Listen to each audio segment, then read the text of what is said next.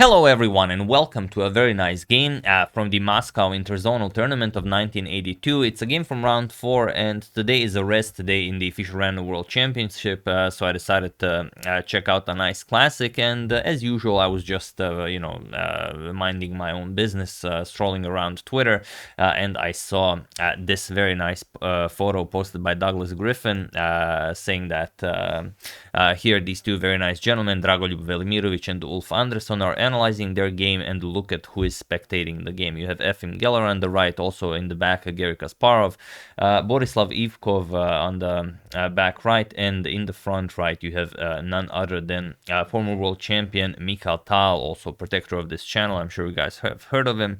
And I thought to myself, wow, what a nice photo. Let's just enjoy that photo. But then I started to think, why are all of these players so immersed into the game? It must be one hell of a game. And so I decided to check out the game, and it is quite the game. So I imagine they were analyzing it there. It does seem to be a tournament hall, maybe a lobby or something. In front of the tournament hall, but who knows? There are some tables there, so this could actually be the tournament playing hall. But yeah, I was very much interested in what the game was, what they were analyzing. If Tal is interested, if Kasparov is interested, you know that it's definitely an attacking game, and especially since it's played by Dragoljub Velimirovic, who is, like we've said, we've covered a couple of his games on this channel. He's basically known as the Yugoslav Tal.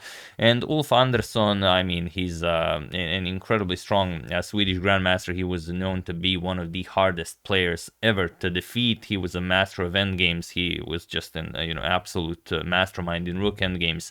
And if he did not want to lose, you will not win the game. He might not win a lot of games, but you will not beat him if he decides he doesn't want to get beaten.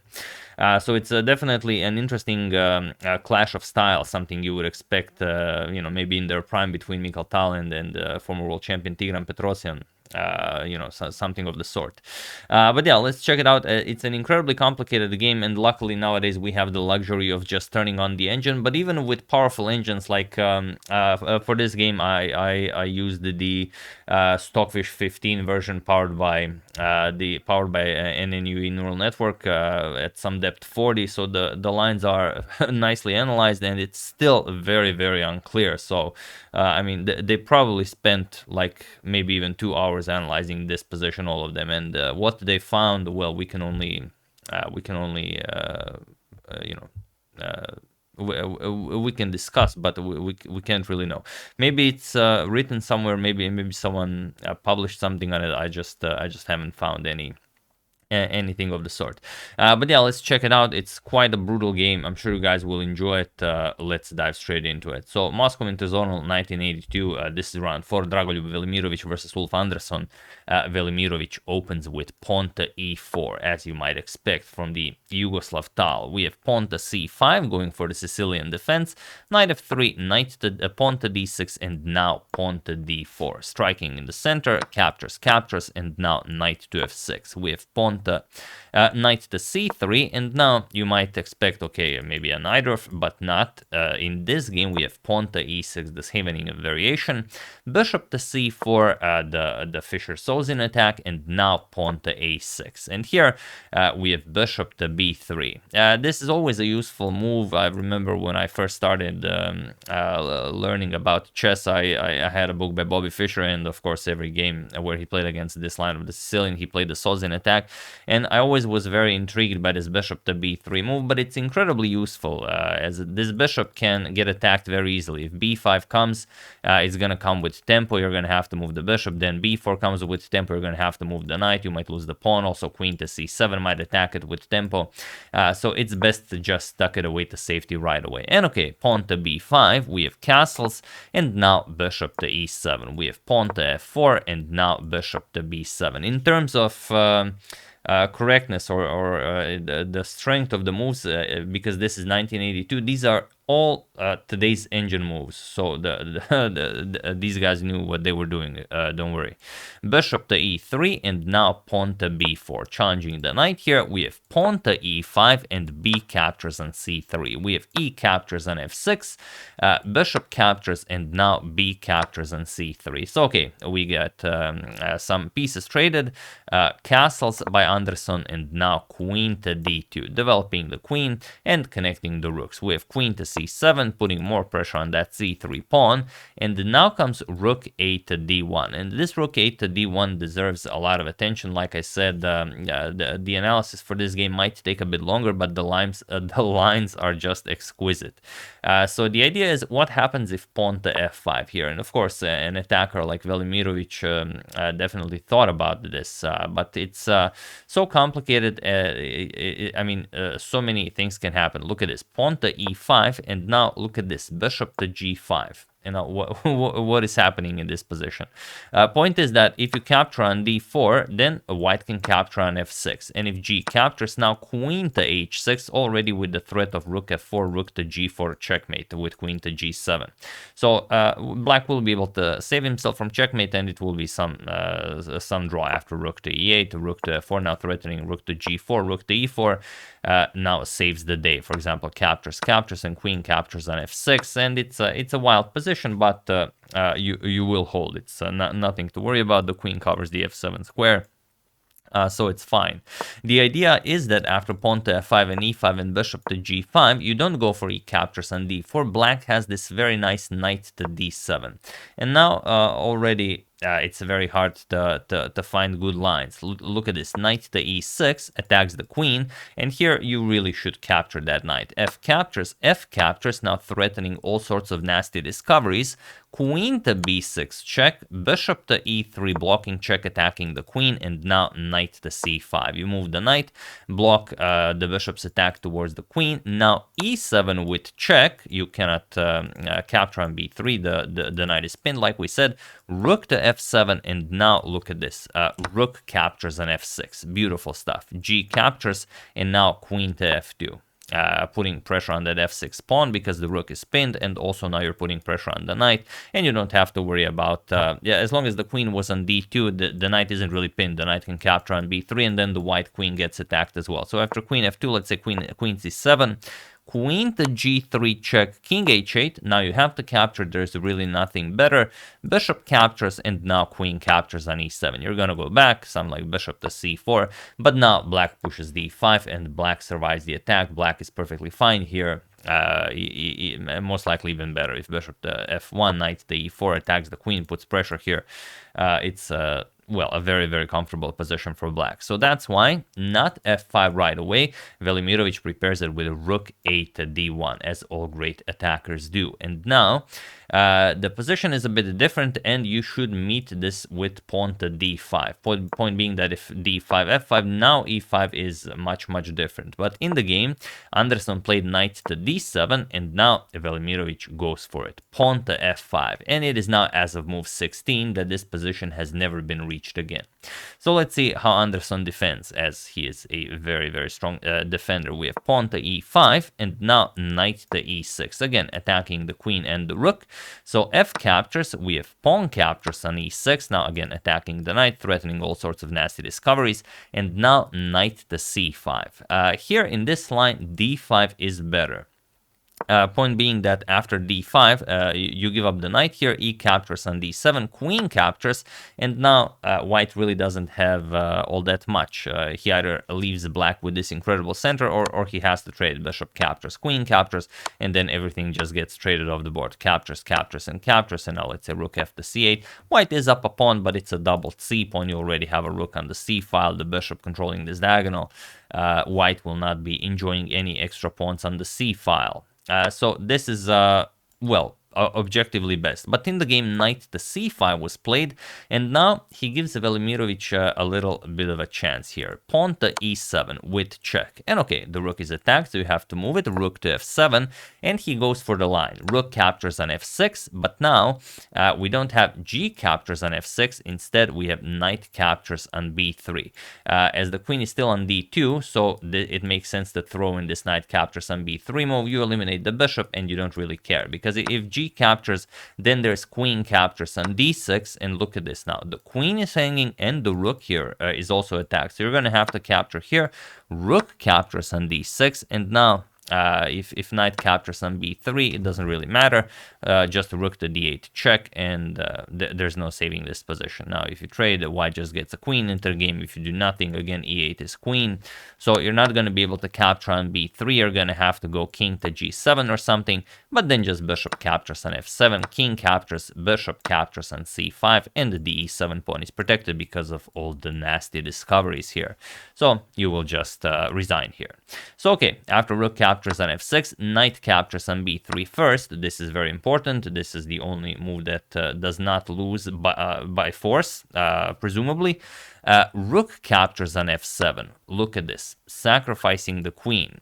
But it's not easy to accept this queen. If you capture the queen, then e8 queen brings another queen into the game, and after this one is captured as well, then rook captures on c7, and now your knight is hanging, and also your bishop on b7 is hanging. So you're going to lose a piece, and of course you're not going to be down a piece. You're going to be down an entire rook.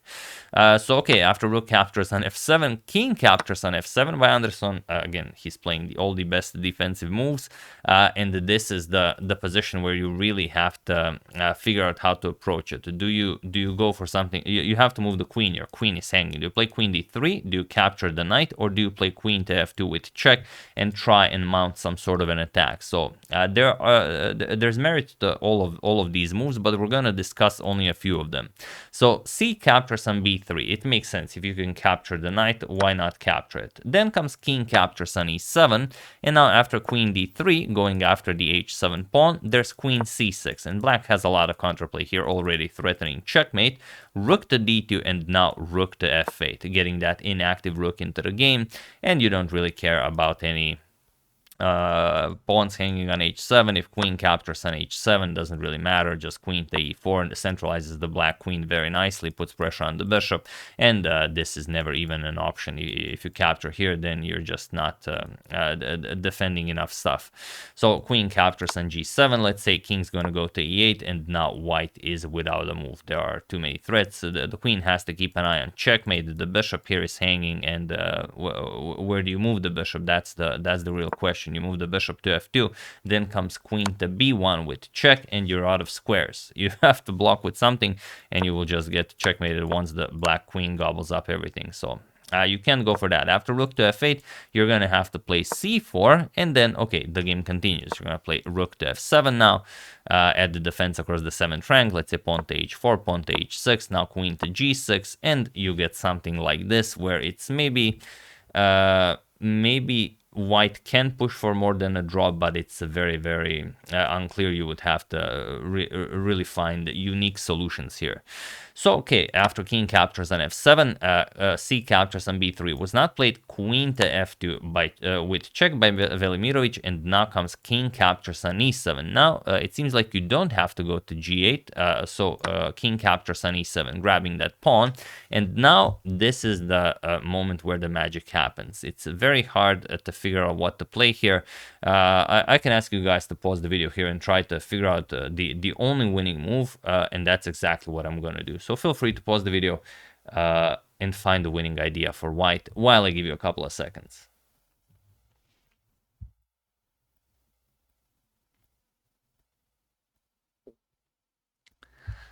So for those of you who were able to do it, congratulations on having a true chess intuition, because here the winning line is some 20 moves. And for those of you who just want to enjoy the show, it is queen to h4 with check, not capturing the knight right away.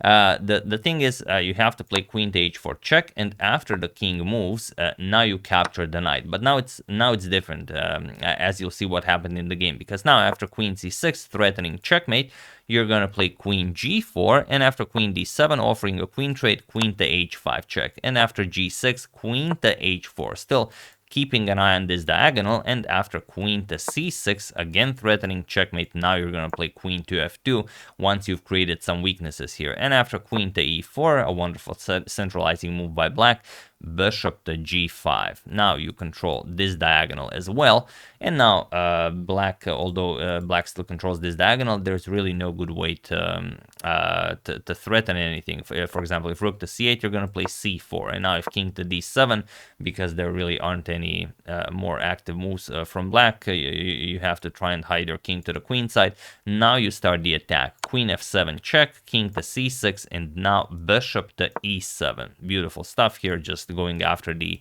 d6 pawn, and there is no defending it. Now you don't have to worry about checkmate. The king is in between the bishop queen battery, and now best for black is just to go for a queen trade. Queen e3 check, king f1, queen f4 check, captures, and now rook captures on d6 with check, king to c7, and now rook to f6, and this is how you win. You're up a pawn, and you're gonna win at least one more pawn, because let's say king d7 attacks the bishop to b4. Now this pawn is hanging, and there's no way to defend it. If you play something like g5, just rook f7 check goes after this pawn, and then of course you are completely winning. King c6, rook captures on h7, and now you are up 2 pawns. But this is of course not easy to find. That's a lot of moves. I left the Stockfish plus and the neural network to some depth 40 to crunch the numbers. Took Meadow for a walk, and then when I came back, I saw this line, and I was very happy when I saw it. So that's why I was very interested to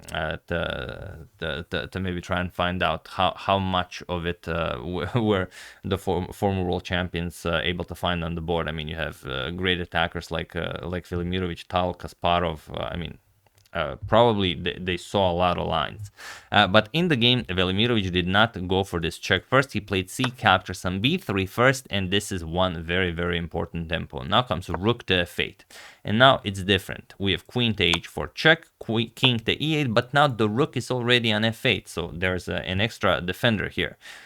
Queen captures on h7 was played. Now comes queen captures on c3, and now queen to h5 with check. We have rook to f7, and now queen to h8 check, and he was in this position on move 27 that Dragoljub, Velimirovic, and Ulf Andersson agreed to a draw, as there is nothing more to be done here, and there really isn't. You cannot push for more with white.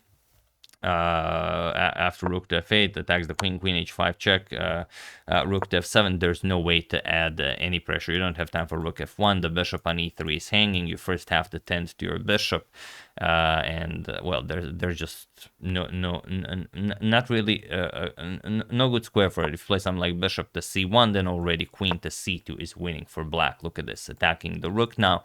But not only that, threatening checkmate. The queen is defending the rook, but the queen will be overwhelmed. How do you defend checkmate now? There is no good move. You have to play a silly move like bishop to d2. Then comes a brilliancy. Bishop to f3. Look at this, attacking the queen and the rook. And now if g captures on f3, then of course queen captures on d1, as the queen no longer guards the rook, so white just falls apart. And if you don't capture this, there really isn't a move that you can play. If Velimirovic would have pursued more than a draw here, Andersson would definitely find this and he would crush him. So good for him to force a draw here with a nice repetition with queen to h8 check.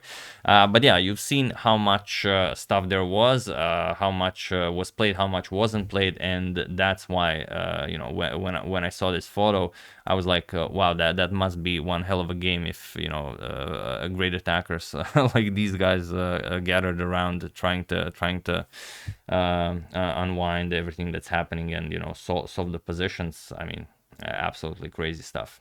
But yeah, the tournament, if you guys are interested in the standings, I also have the standings of the tournament. Kasparov won the tournament very nicely with 10 out of 13, and that's 7 wins, 0 losses, and 6 draws. Second place, 8.5 points, Alexander Belyavsky. Third place shared with Mikael Tal and Ulf Andersson. Then Effin Geller with 7.5, also shared with Guillermo Garcia Gonzalez, and so on and so on. You can see Velimirovic over there with 5.5, as he is, you know, quite an aggressive player. So sometimes it didn't go all his way. And Medo is dreaming of crazy positions again. Probably he is analyzing this position as we speak. But yeah. So yeah, that's the game. Hope you guys enjoyed it. You can check out the photo one more time if you want. I mean, absolutely stunning photo. So you know, do use Twitter if you can. You can follow some nice accounts like Douglas Griffin, and you can enjoy more photos like this if you guys are into that. So yeah, that's the game and a little bit of everything. So hope you guys enjoyed that. A bit of a change of pace from the Chess 960, but you know, I thought we deserve it after 3 days of random positions. Even this you know, positions in this game were even more random, but you know what I mean. So yeah, that's the game. Hope you guys enjoyed it. I would like to thank Jeff Morrow, Johan Achlev, Nathan Halsley, Jack Obid, and more Chess 960 for your contribution to my channel. Thank you a lot. I really appreciate it. As usual, you can check 2 of my previous videos here. Thank you all for watching, and I will see you soon, continuing to check up on your wonderful suggestions and whatever else happens in the chess world. So thank you all. I will see you soon, and have an excellent rest of your day.